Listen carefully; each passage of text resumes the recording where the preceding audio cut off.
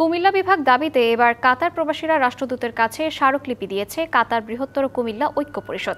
কাতার প্রতিনিধি আমিন ব্যাপারী জানান, কুমিল্লাকে পূর্ণাঙ্গ বিভাগ ঘোষণা ও প্রশাসনিক বিকেন্দ্রীয়করণ বাস্তবায়নের দাবিতে রাষ্ট্রদূত মোহাম্মদ হযরত আলী খানের কাছে স্মারকলিপি প্রদান করেন বাস্তবায়ন কমিটির আহ্বায়ক এস.এম. নূর ও আমিনুল ইসলাম।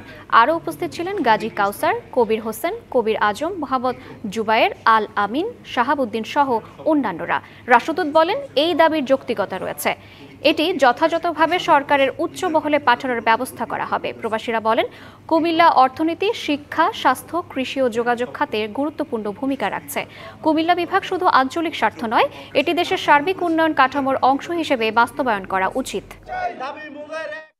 কুমিল্লা হচ্ছে কানে ঢাকা চট্টগ্রামের মিডলে, যার কারণে কুমিল্লাই বিভাগ বাস্তবায়নের জন্য আমরা দাবি করছি। একটি দিক বিবেচনা করলে যোগাযোগ ব্যবস্থা এবং চট্টগ্রাম বিভাগ এবং ঢাকা বিভাগের মধ্যবর্তী মিডল এরিয়া হলো কুমিল্লা।